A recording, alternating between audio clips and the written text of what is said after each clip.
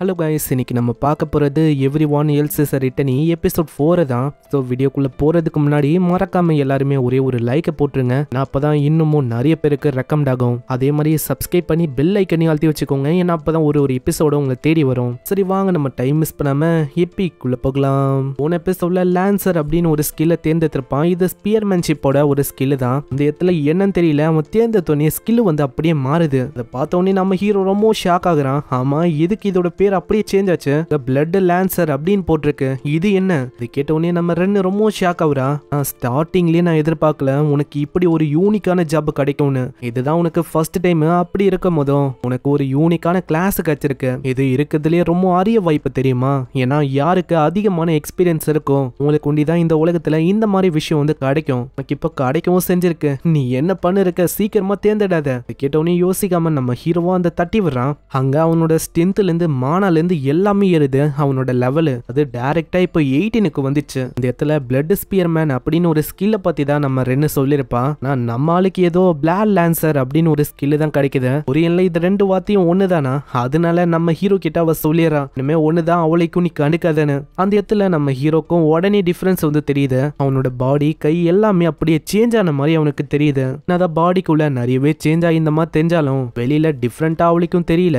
நம்ம ஹீரோக்கு எந்த விதமான ஸ்கில் அவங்க கிடைக்கவும் இல்லை. இதனால ஆளு கொஞ்சம் சோகமாகறான். ஆல்ரெடி நம்ம ஹீரோ கிளாஸை தேர்ந்தெடுத்தனால அதை சேஞ்சும் பண்ண முடியல.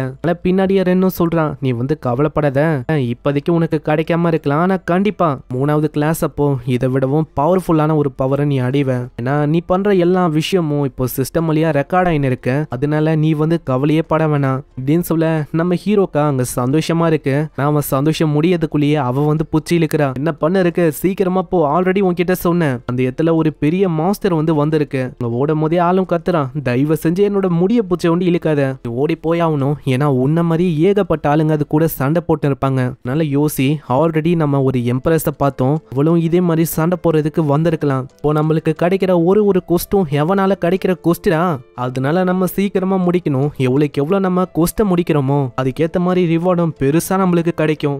கேட்டோன்னே நம்ம ஹீரோவோட முகத்துல ஒரு சிரிப்பு வந்து அப்படியே ஓடி போறான். அந்த இடத்துக்கு போய் பார்த்தா எல்லாருமே பயப்படுறாங்க. ஏன்னா அங்க வந்திருக்க மாஸ்டர் இது வந்து ஒரு மிகப்பெரிய பேரா இருக்கு. இங்க எல்லாருமே ஓடி போறாங்க. ஆனா நம்ம ஹீரோ வந்து பயப்படல. எத்தனை பேரை கொண்டு அதையே மீட்டா சாப்பிடலாம் ஆளு பிளான் பண்ணுவான். அதுக்குள்ள அங்க ரெண்டு வந்து சொல்றான், அதுல பாய்சன் இருக்கவும் வாய்ப்பு இருக்கு, அதனால நீ கொஞ்சம் ஜாக்கிரதையா இருக்கணும், அதுக்கப்புறம் நீ செத்து போயிட்டா எனக்கு கேட்க கூடாது. அதனால ஹீரோவோட முகமே மாறும். அந்த இடமே அப்படி அதிர ஆரம்பிக்குது. அங்க இது வந்து நம்ம ஹீரோக்கு புரியல இங்க என்னதான் போயின்னு இருக்குன்னு. இந்த கவர்மெண்ட் ஆளுங்க அவங்க தான் ராக்கெட்டு மிசைல் எல்லாம் ஃபயர் பண்றாங்களா என்ன? அதெல்லாம் ஒன்னும் இல்ல, நீ அங்க பாரு, இதுக்கு காரணம் அந்த பேரு தான். அந்த பேரும் பயங்கரமா கத்திக்கினே அடிக்குது. ஒரு பிரஷர் தான் இந்த அளவுக்கு பயங்கரமா இருக்கு. மிலிட்டரி ஆளுங்களும் பயங்கரமா சொல்றாங்க. ஆனா எதுவுமே அங்க ஒர்க் ஆகல. பாஸ் என்ன ஆச்சு? இது வந்து ஒர்க் ஆகுற மாதிரியும் தெரியல. ஏதோ நம்மளோட மிஷின் கன் எல்லாம் அது முன்னாடி ஒரு பஞ்சு முட்டாய் மேல இருக்கு. அந்த பேரு வர வழியில இருக்க ஆளுங்களை அப்படியே நொறுக்கி ஒண்ணுமே இல்லாம ஆக்குது. அந்த பேரால அந்த இடமே கொடூரமா மாற ஆரம்பிக்குது. அங்க ரெண்டும் சொல்றான், கிளாஸ் 2ல இருக்க ஒரு மாஸ்டர் அது முன்னாடி இந்த ஹியூமன்ஸால நிக்க கூட முடியல. நான் சுத்தமா யோசிக்கல இந்த அளவுக்கு இவங்க வீக்கா இருப்பாங்கன்னு. என்னதான் ஆளுங்க ட்ரைனிங்க்கு வேற ஒரு உலகத்துக்கு போயிருந்தாலும் இங்க வந்து உலகம் எப்படி இயங்க ஆரம்பிச்சது அதே மாதிரிதான் அந்த உலகத்திலயும் ஒரு 10 வருஷத்துக்கு இயங்கி இருக்கும். நம்ம எப்படி ஒரு விஷயத்த பிராக்டிக்கலா கத்துக்காம நாலேஜ் வழியா கத்துக்க பார்ப்போம், அந்த மாதிரிதான் இவங்களும் பண்ணிருக்காங்க. அதனால தான் இவங்களால இங்க எதுவுமே பண்ணவும் முடியல. மாஸ்டரும் பயங்கரமா கத்துமா. நம்ம ஹீரோ சொல்றான், நான் களத்துல இறங்குறதுக்கு இப்போ டைம் வந்திருக்குன்னு நினைக்கிறேன்.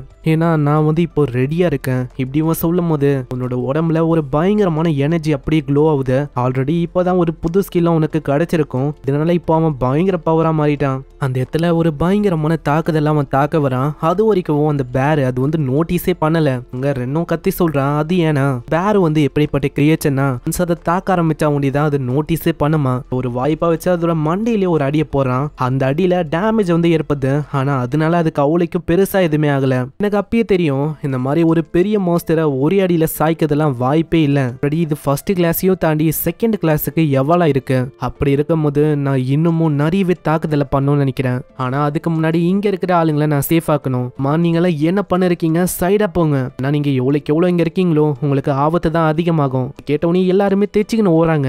ஹீரோக்கு நல்லாவே தெரியும் இதே மாதிரி போச்சுன்னா பிரச்சனை இன்னமும் தான் அதிகமாகும். நான் என்னதான் அவங்க வேற ஒரு உலகத்துல ட்ரெயின் பண்ணாலும் இந்த மாதிரி ஒரு ஸ்டேஜ் 2 மாஸ்டர் கிட்ட அவங்களால நிக்க முடியாது.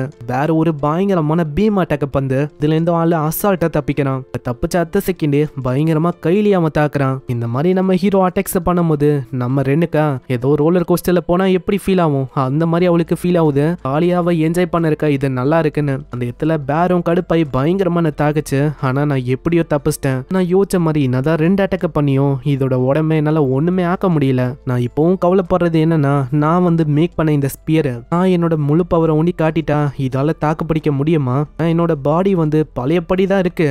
அந்த பவர் எல்லாம் நான் காட்டினா அவ்வளவுதான், இதால தாக்கு பிடிக்க முடியுமான்னு ஒரு டவுட்டா இருக்கு. நம்ம ஹீரோ ஏன் அப்படி சொல்றான்னா, சீன் அப்படியே பாஸ்ட்டுக்கு போகுது. இந்த இடத்துல நம்ம லீட்டா வந்து ஒரு ஸ்கில்ல சொல்லி தந்திருப்பா. ஹேய், நீ என்ன பண்ண இருக்க, உன்னோட பவரை ஒரே இடத்துல செலுத்து. இது மூலமா உன்னோட பாடி வெயிட் ஒரே இடத்துக்கு போகும். ப்ரெஷர் அது வந்து பயங்கரமா இருக்கும். அப்படி ஒண்டி பண்ணிட்டேன்னா அவ்வளவுதான், உன்னால இன்னமும் ஸ்ட்ராங் ஆக முடியும். ஸோ என் கிட்ட ட்ரை பண்ணிப்பாரு.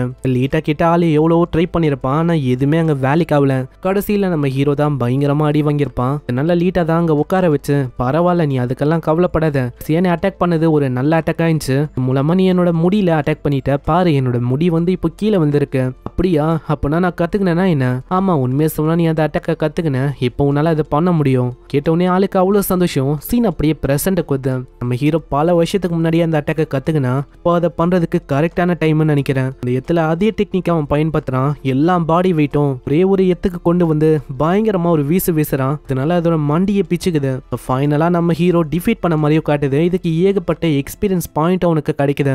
ரெண்டும் வந்து பாராட்டுறான். பரவாயில்லையே, 3 ஸ்டேக்ல அதோட கதையை முடிச்சிட்டேன்னு நினைக்கிறேன். ஆமா, இதை தாண்டி உனக்கு வேற எதுவும் நல்லா சொல்ல தெரியாதா? நீ இன்னமும் என்ன பாராட்டியிருந்தா இன்னமும் நல்லா இருந்திருக்கும். ஆனா ஏதோ ஒன்று லெவல் 54ல இருக்க ஒரு பேரை நான் கொண்டுட்டேன், அதுவே போதும். சரி, இப்போ நான் போச்சரிங் பண்றதுக்கான டைம்.